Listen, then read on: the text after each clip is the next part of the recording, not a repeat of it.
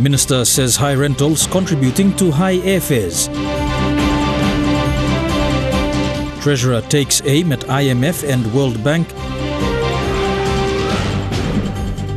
And PNG Women's Rugby League partners with the Brisbane Broncos.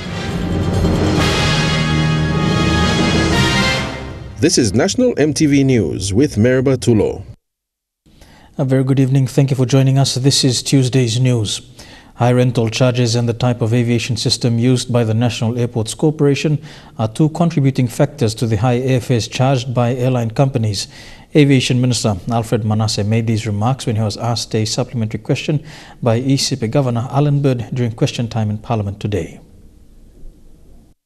The initial question was raised by Goroka MP Henry Ame on the high rentals NAC is charging the two airline companies for office space in the recently upgraded Goroka terminal.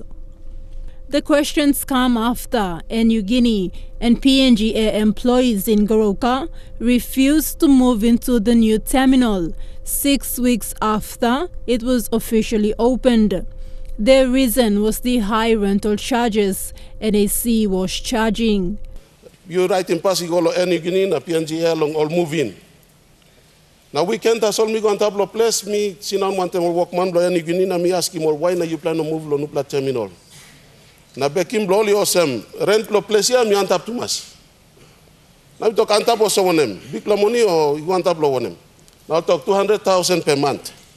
The Civil Aviation Minister, who tried to justify the high rentals, said in order to keep an airport operating, high rental fees must be paid, especially for upgraded airports. He made mention of the safety standards both airline companies need to pay. They ready long moving, lick talk one time all users long airport, long side long rent. Me talking all finished that all must move in and by me close him this la temporary all plat terminal. All plat terminal by me close him the end of this month. Now any must move go inside. Me writing passing go finished now all by move. He made mention of the safety standards both airline companies need to comply with and the operational costs involved. In a supplementary question, Governor Bird highlighted the government's intention to upgrade the Boram Airport in East Sepik. Nami platu baik simon planupla terminal nami worry also. Des la kain repayments where you play like him na how you play oglogolong awarding contract potentially to the highest bidder, not so much to the most equitable one where you can kiss him value you come back lo people blow me. I'm concerned blow me also me golong minister mosem. Can you give us some assurance that when the new terminal is built in East Sepik, you're not going to be charging the same sorts of fees of 200,000 kina a month igolong company ken lo wiwek na. Desla extra cost burden igontap long airlines ya boli pasim igolong. People blomi lo East Sepik na the general public around the country. But he also said he fears that with the extreme high costs, ordinary Papua New Guineans will be charged higher for airfares. But the Civil Aviation Minister said there are predictions that once all airport facilities in the country are upgraded, it will reduce the high airfares. However, he did not say how. Papua New Guinea is one of those expensive countries to fly in and out because of the total aviation system that's costing the cost of the tickets that we pay. And so it's partly also caused by the rentals that are being charged in some of these facilities that we are building. But hopefully, when we get most of the aircraft, the terminals and facilities done up, the idea is that after all of them are running properly, then it will lessen in terms of going forward the cost of operating those airports and more particularly the aviation system and the navigation systems, so that it creates a situation where it becomes lesser for the, in terms of cost to the aviation, to be able to reduce the cost. So, Thakla Gunga, National MTV News. Deputy Prime Minister and Treasurer Charles Abel has today taken aim at the International Monetary Fund and World Bank for what he says is the lack of constructive advice in dealing with Papua New Guinea's foreign exchange problems. Responding to a series of questions from the opposition in Parliament today, he said that whilst there had been continued criticism towards the government's handling of the country's foreign exchange levels, the approach taken by IMF and the World Bank left a lot to be desired. During question time today, member for Kavieng and Shadow Treasurer Ian Lingstaki asked a series of questions related to the state of the economy. His questions included seeking clarification on the country's current exchange rate value, the value of the country's total debt, both in-country and internationally, and more. Mr. Lingstaki also sought clarification from the Treasurer as to why the national government was leaning towards what he termed dangerous deals with China. Detailed listing of the reasons why your government continues to refuse to genuinely and comprehensively engage with the World Bank and IMF, like the Morobe government did so well in 1999 and 2000, to refinance and redirect PNG's total loan portfolio from expensive lenders like the Exim Bank of China to friendly multilateral donors. Treasurer, you are well aware of the international community's concerns with loans issued by the Exim Bank of China, widely known as China's debt trap diplomacy. Exactly. To Pacific Island nations wherein large infrastructure projects are used as collateral. In response, the Treasurer acknowledged that the government had in recent times looked towards China for support. No secret, we have been incurring more interest costs as we go by. Interest cost has been rising as we take advantage of some of the financing that is available to government and is in the normal course of government business. The government has stated from the outset quite clearly that we're going to try and increase the envelope available to the country to make strategic investments into infrastructure, health, law and order and education. In responding, the Treasurer also took aim at the IMF and World Bank, claiming the advice from these institutions were not addressing the underlying issues to the country's economic problems. And how the World Bank, in that engagement, and the IMF, for example, continues to talk about devaluing the kina, forcing the kina down. And my response to them is, can you please advise us on some of the more underlying, deeper structural issues? That means we have this large current account surplus, all these exports, and then we have foreign exchange issues. The World Bank and the IMF in these engagements should be giving us strategic advice, not talking about dealing with symptoms and devaluing our kina when we know that we have a surplus in terms of exports. So we need people like the World Bank and the IMF to be also genuine with us. That's right. Whose concerns are we dealing with here? Is it foreign companies or foreign countries or foreign institutions? Or are we standing up and supporting and advising Papua New Guinea on what is best for Papua New Guinea? You and I know the exports that we have. You and I see the numbers. But we don't see the financial and investment flows that support our kina. Instead, we talk about devaluing the kina. The member for Namatanai raised a point of order calling for the Treasurer to provide details on the true state of the country's economy, including the debt levels. So the question is, in relation to the same subject, when are you going to give us the figures so we don't have to now cause you to challenge us all the time? In responding to the member for Namatanai, the Treasurer assured Parliament that he would table the mid-year economic fiscal outlook in Parliament this week in an effort to provide insight into the true state of the country's economy. And so I've released the final budget outcome figures in relation to 2017, which contains the up-to-date information in terms of the debt and the debt reconciliation.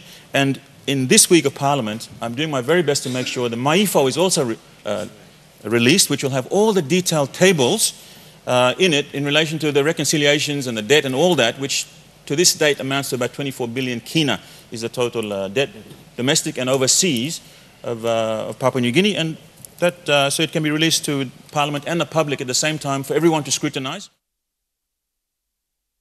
The Papua New Guinea Nurses Association is calling on the Northern Provincial Health Authority Board to follow the directives from Health Minister Sepuka Temu to reinstate the Popondetta General Hospital CEO. The issue was raised in Parliament last week by Northern Governor Gary Jufa. Today, the President for PNG Nurses Association said he has received news of nurses working at Popondetta General Hospital having a sit-in protest until the CEO is reinstated. PNG Nurses Association President Frederick Kebai says he got news in the morning of nurses at the PNGTA General Hospital having a sit-in protest awaiting the reinstatement of the CEO. The board has not followed the process, and the workers, the nurses, doctors, and the sectional heads, through their petition, they have found that he is the best performing CEO, and he has a very good leadership qualities. And through his administration, they have seen that there is progress, developments, and patients' care has been gone to a next level. And his suspension has actually, the workers seen that there has been disruption of services has not been delivered properly.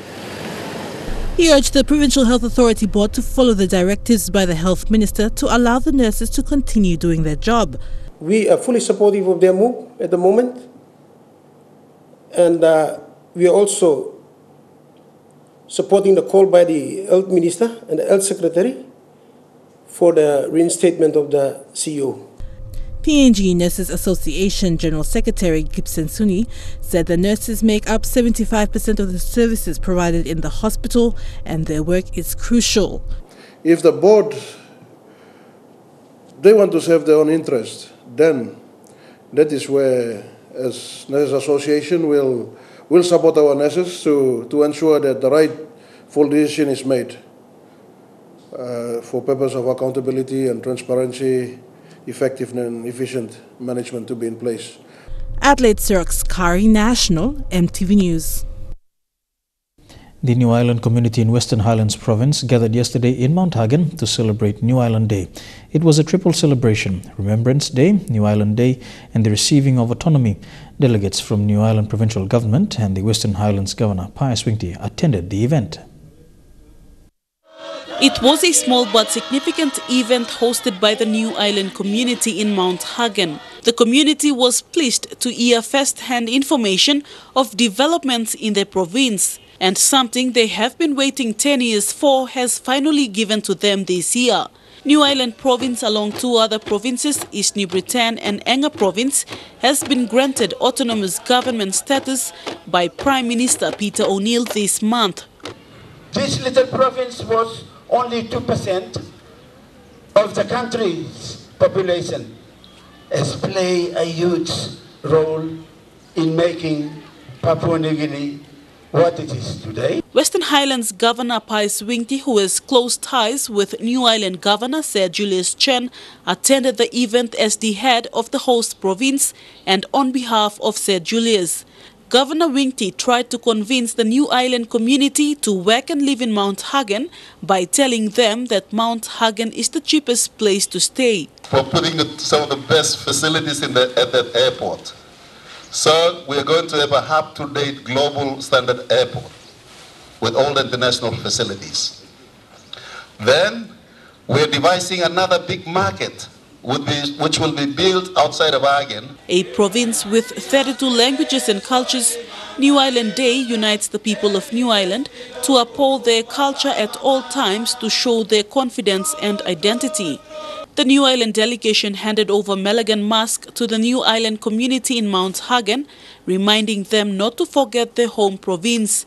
Vasinata Yama, National, EMTV News, Mt Hagen. Faithful from the Melpa Lutheran Church in Western Highlands Province are attending a week-long conference in the Mulbaya electorate.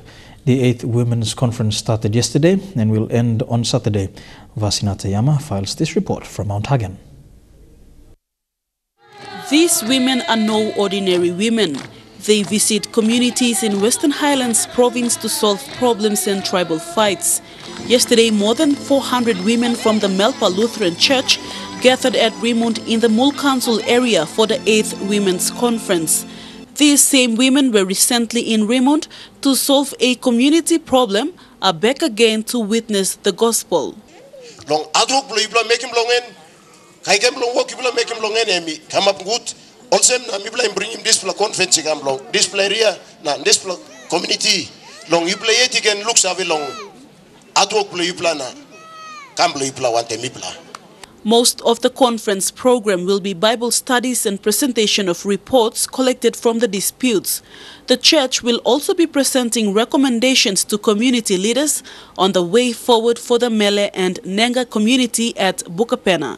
The Melpa Lutheran Church was officially registered and launched on the 9th of January 2000 as a third Lutheran church in Papua New Guinea. The other two are the Evangelical Lutheran Church and the Good News Lutheran Church. The Melpa Lutheran Church has over 60 pastors, 504 male elders, 600 female elders, and over 30,000 members nationwide. Midok thank you long all pastors too, ole wok misin. All around long en. MLS misat na dasol, I know God looks out with us all. Strong God I give him. You make him long. Come on this church long Ogada country or Ogada province long this black country. Midok thank you. The conference was also attended by the bishop and evangelist who will be giving Bible studies. Melpa Lutheran Church is a homegrown church and has a strong belief that strengthening of family is important. Vasinata Yama, National EMTV News, Mt Hagen. You're watching National EMTV News. We'll be back with more of the day's stories after these messages. Stay tuned.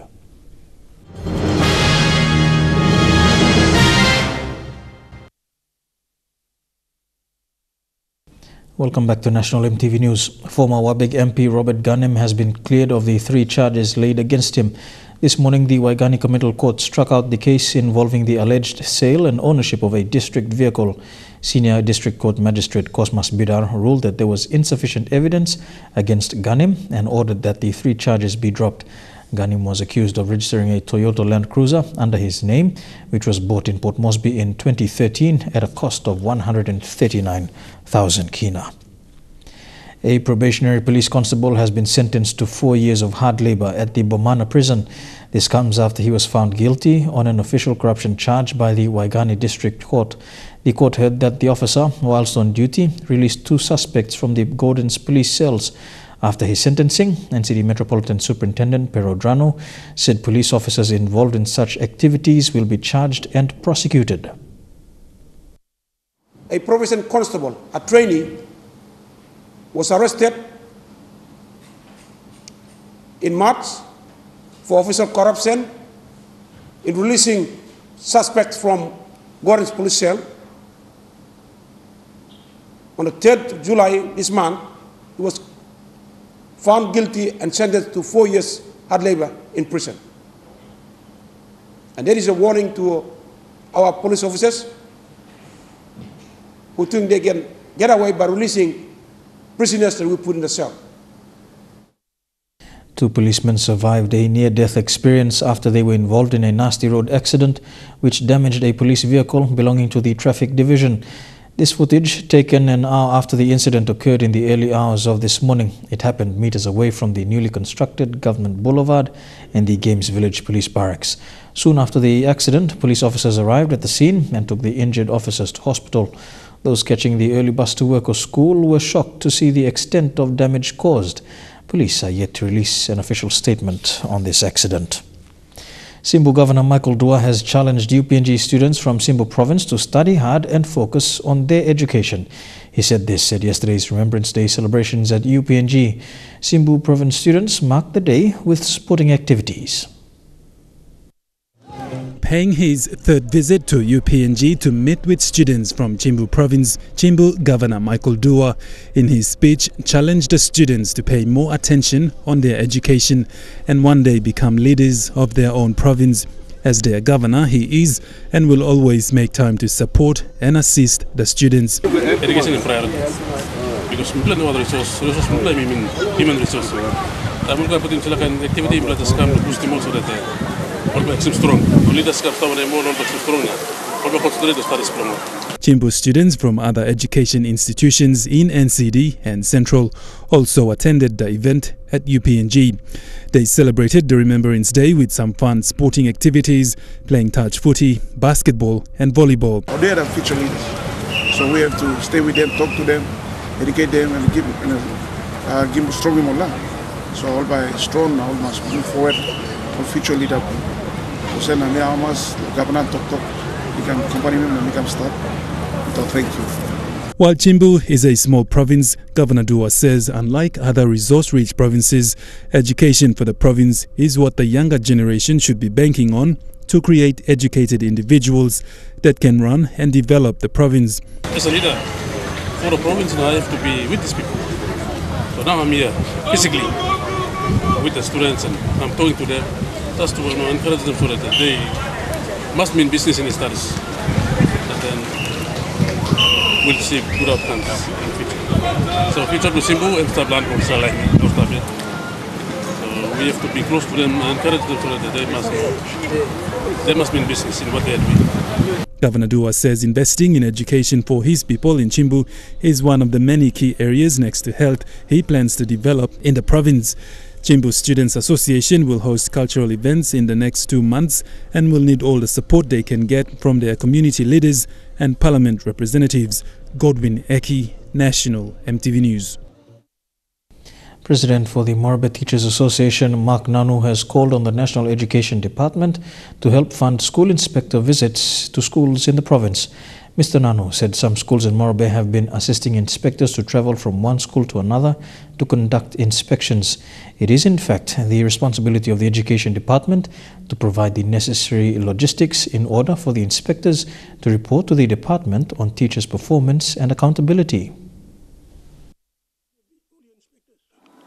The 18 inspectors in this province, do they all have vehicles?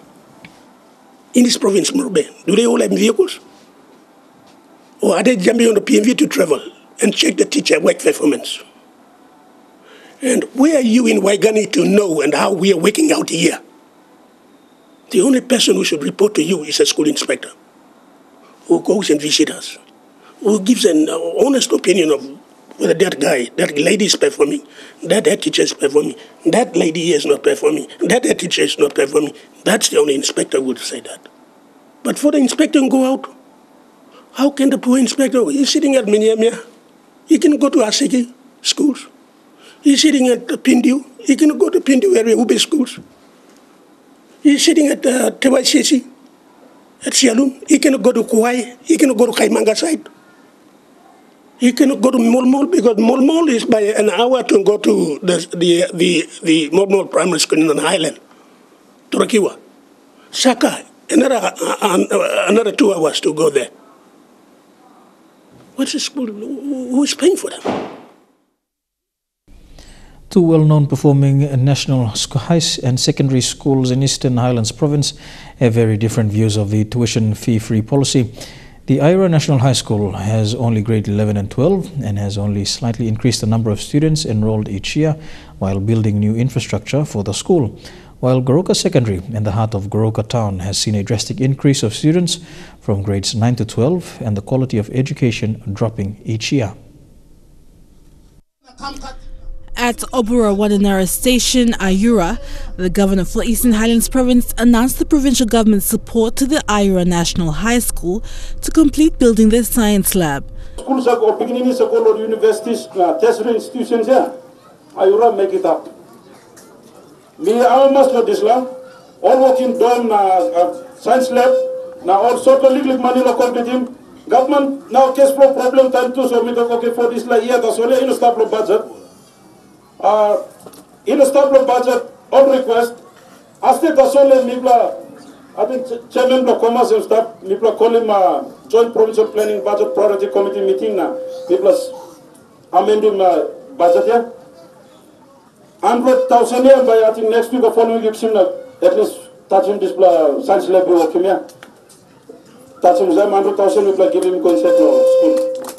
It's funding like this that keeps Ira National High performing at their best. But this year is a big support. We pledged 100,000 when we opened the gas dome, which is double-story 18-1. And that dome was named Pitanumu Dome because provincial government's grant was really helpful in completing the impact project. The National High School is one of the top performing schools in the country.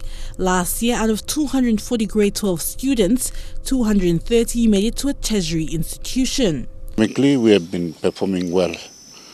Like last year, we sent about 240 students to tertiary institutions, and only 10 students miss out. So this was a very good achievement. And it's first of its kind because of the very supportive provincial government we have, and also hardworking teachers, and also very resilient administrator. For Ira National High and the 4 other national highs around the country, their quality of education hasn't changed because they are only slightly increasing the number of students a year. But for secondary schools, it's a different story. Goroka Secondary School in the Eastern Highlands Province is located in the heart of Goroka and is well known also for its performance academically. The Prime Minister Peter O'Neill attended this school when it was a high school, and also the member for Finchafen, Rainbow Paita. In 2018, thanks to the tuition fee-free policy, the school has 70 to 110 students in one class. A 2-story classroom building, science lab and ablution block had been constructed in 2014 by the provincial government. Due to the outstanding payments by the provincial government, the 4 classrooms, 2 science labs and the ablution block have been locked by the contractors. Governor Peter Numu, when questioned on the issue faced by Goroka Secondary, said he will look into it and see that funds are made available next year. Adelaide Xerox Kari, National, EMTV News. This is Tuesday's news. We take a look at what's making headlines overseas when we come back. Don't go away.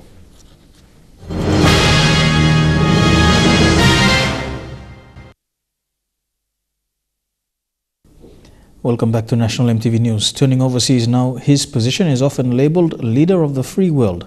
But now the US president stands accused of abusing his power to attack free speech. Donald Trump wants to remove the security clearance of a number of former intelligence officers, and they are a lineup of his chief critics. An unprecedented threat from the White House podium. Press Secretary Sarah Sanders announcing that President Trump was preparing to strip security clearances from some of the fiercest critics of his approach to Russia. The fact that people with security clearances are making these baseless charges provides inappropriate legitimacy to accusations with zero evidence. Sanders mentioned 6 high-ranking former national security officials, including former FBI Director James Comey, former Obama National Security Advisor Susan Rice, and former CIA Chief John Brennan, who blasted Trump's press conference with Vladimir Putin. I use the term that this is nothing short of treasonous because it is a betrayal of the nation. He is giving aid and comfort to the enemy, and it needs to stop.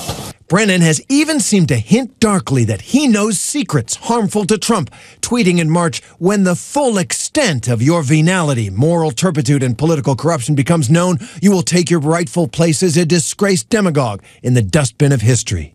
All this enrages Trump. The president is threatening to punish Brennan and Comey and Clapper for saying things about him that he doesn't like. Is that presidential? They've politicized and in some cases actually monetized their public service and their security clearances, and making baseless accusations of improper contact with Russia or being influenced by Russia against the president is extremely inappropriate. So when we have further updates on that front, I'll certainly their let free you know. speech he doesn't like, and he wants to punish them for it. No, I think you are creating your own story there. The president doesn't like the fact that people are politicizing agencies and departments that are specifically meant to not be political. Sanders was then asked, who's next? What about President Obama and Vice President Biden? And their security clearances, are they on the list as well? I'm not aware of any plans for that at this point. An insight into an indication to what could be North Korea's commitment to denuclearization. A monitoring group says satellite images show Pyongyang has started to dismantle some parts of a key missile test site in the country's northwest. It comes at a crucial time with ongoing nuclear negotiations. President Trump denying he is worried about the effort to get North Korea to give up its nuclear weapons. Tweeting, a rocket has not been launched by North Korea in 9 months. Likewise, no nuclear test. Japan is happy. All of Asia is happy. But the fake news is saying, without ever asking me, always anonymous sources, that I am angry because it is not going fast enough. Wrong. Very happy. But a U.S. official tells CNN that President Trump has expressed frustration in private that North Korea is moving too slowly. North Korea is now demanding a formal peace treaty to end the Korean War and relief from sanctions. Secretary of State Mike Pompeo is making clear sanctions relief comes after denuclearization. He was already stiffed by Kim, a no-show in the most recent Pyongyang meeting, and with his own reputation on the line, traveling to the UN to ramp up pressure on the Kim regime. We need to see Chairman Kim do what he promised the world he would do. It's not very fancy, but it's the truth. The president now learning what his top commanders in the region already know.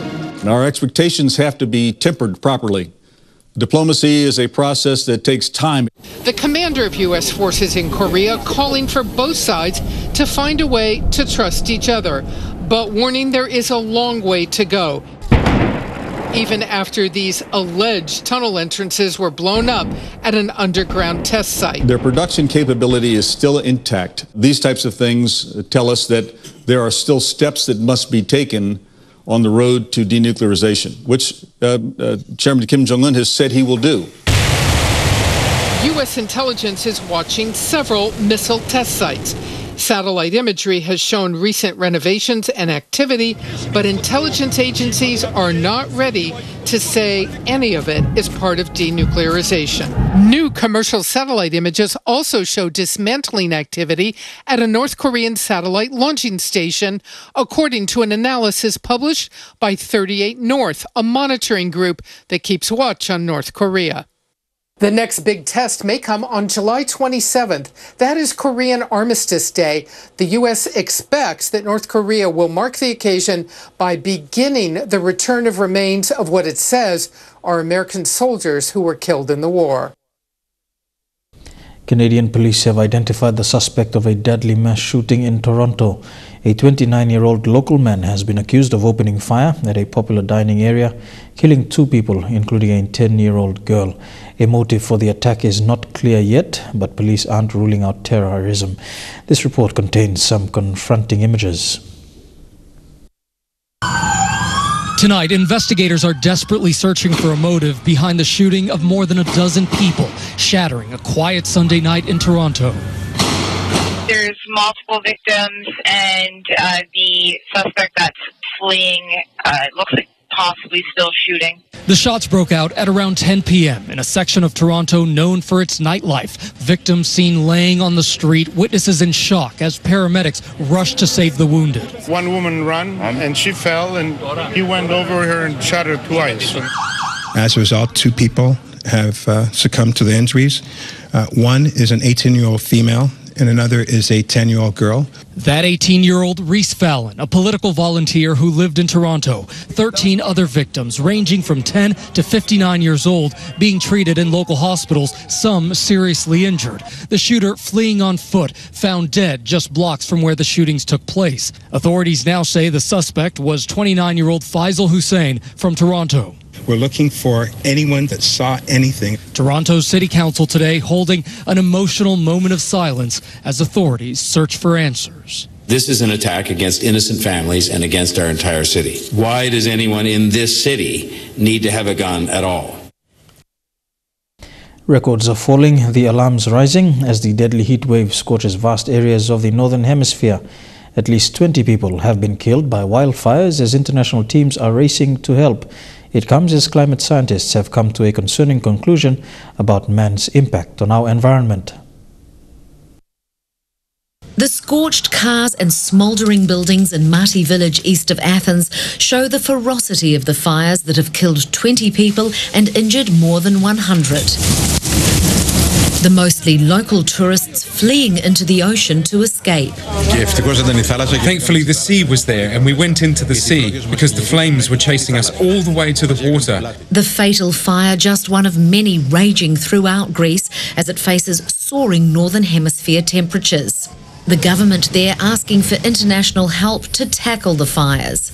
In Japan, the heat wave has already claimed more than 40 lives, with one city now registering the highest temperature on record. Residents are using novel ways to keep cool, including self-fanning jackets and street sprinklers.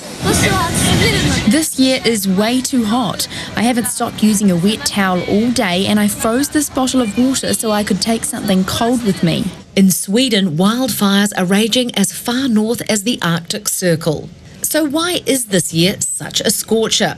One key is the northern jet stream. Most summers, the high-altitude airflow has a gentle wave, meaning cooler conditions. But this year, it's shifting in large loops.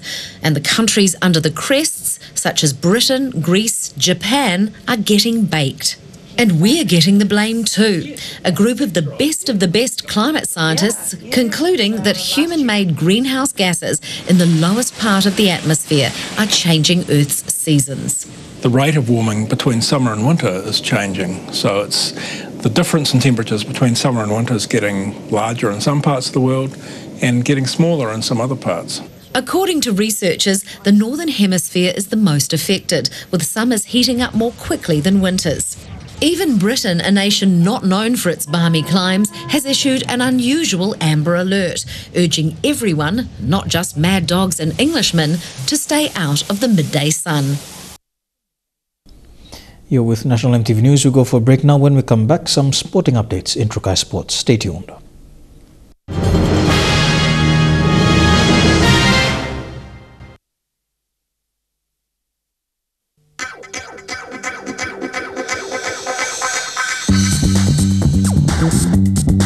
Trukai Sports.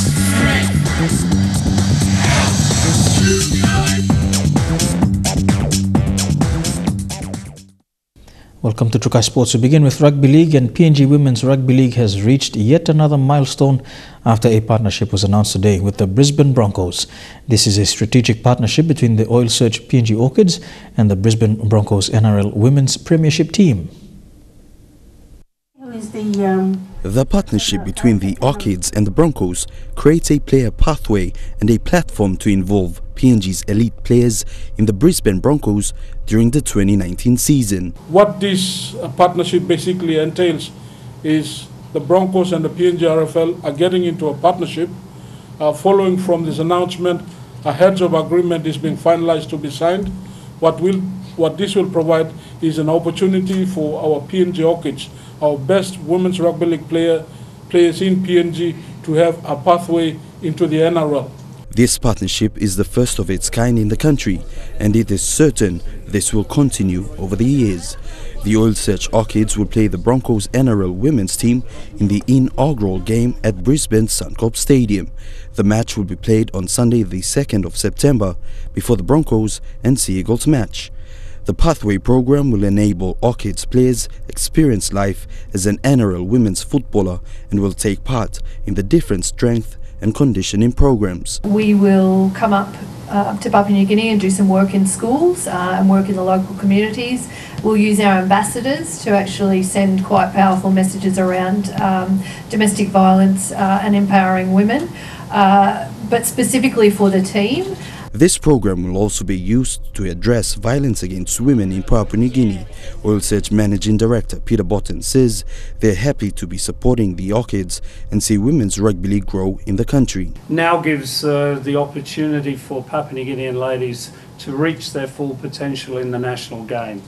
It is an outstanding opportunity for these wonderful ladies, these talented athletes, to now get access to an absolutely world-class sports franchise with all the programs that they have to develop their skills to the full potential. The Orchids will also play the NRL Women's Broncos team at the Oil Search National Football Stadium next year. Elijah Levette, National EMTV Sports. And with the new partnership, Orchid players have seen this as a boost to the game in the country. Orchid's Emilia Cook becomes the first woman in PNG to join the Brisbane Broncos women's team after her performance at the Rugby League World Cup last year.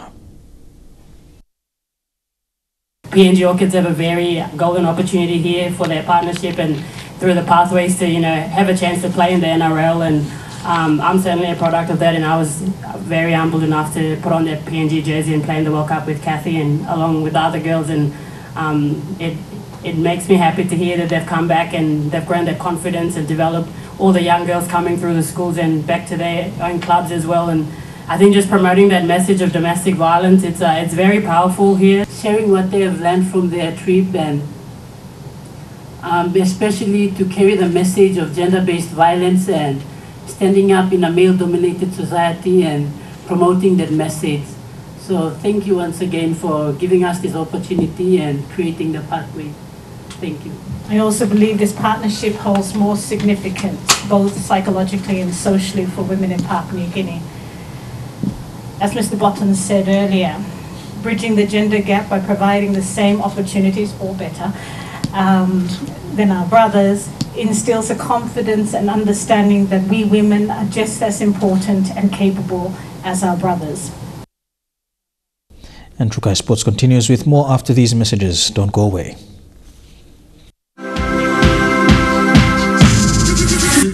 Trukai Sports. Welcome back to Trukai Sports. To rugby, and the Port Moresby Fist Pots Charity Rugby Club was a happy recipient of 10,000 kina from Black Swan International. This incentive comes as they prepare to host their charity tournament this weekend. Congratulations. Thank you. Unlike most rugby clubs, the Port Moresby Fist Pot Charity Rugby Club is not into competitive rugby, as it is really a social club where tournaments and fundraising drives are done and earnings go towards charity.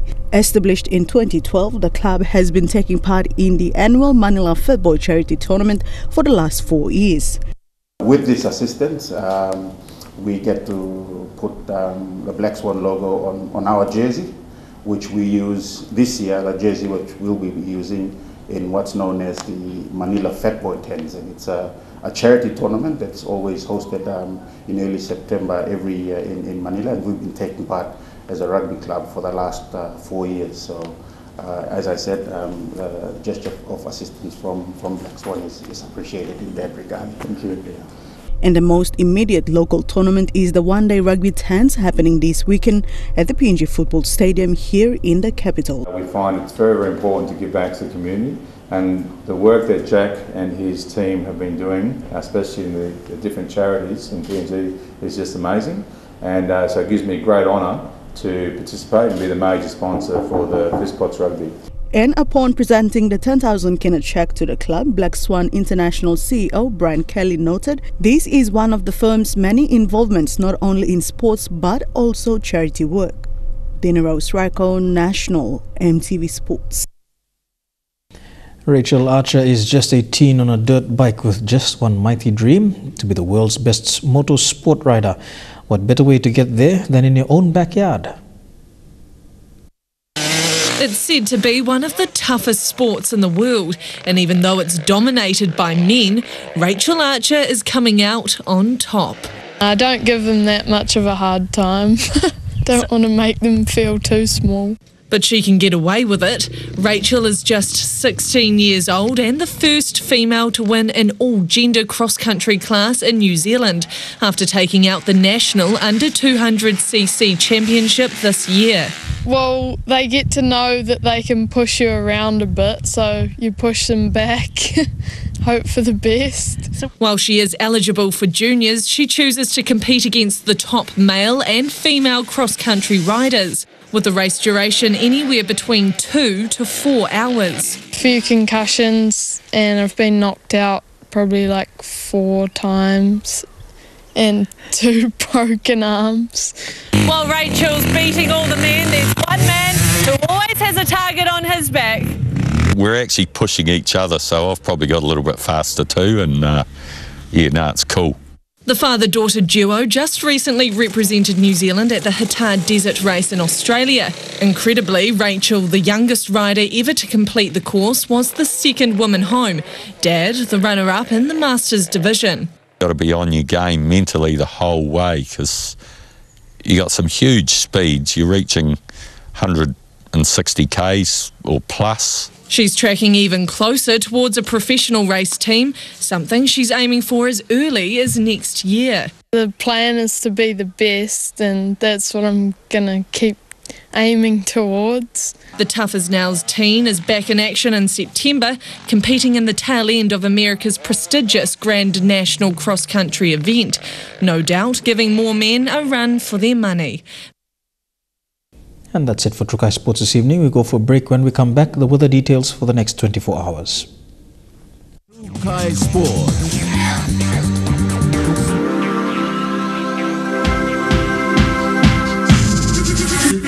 Trukai Sports. The weather details were proudly brought to you by Dulux, celebrating 50 years in PNG and the only paint made in PNG.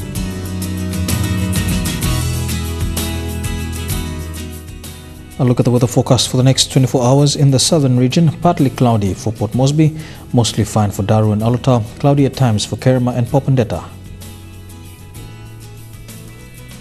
To the Momase region, cloudy for Lae and Wau, mostly fine for Madang, Wewak and Vanimo. To the New Guinea Islands region, fine and windy for Lurngau and Kimbe, some showers expected in Keve, Kokopo and Rabaul, cloudy at times for Buka. And in the Highlands region, a shower or two expected in Mt Hagen, Mendi and Wabeg, cloudy at times for Goroka and Kundiawa over the next 24 hours.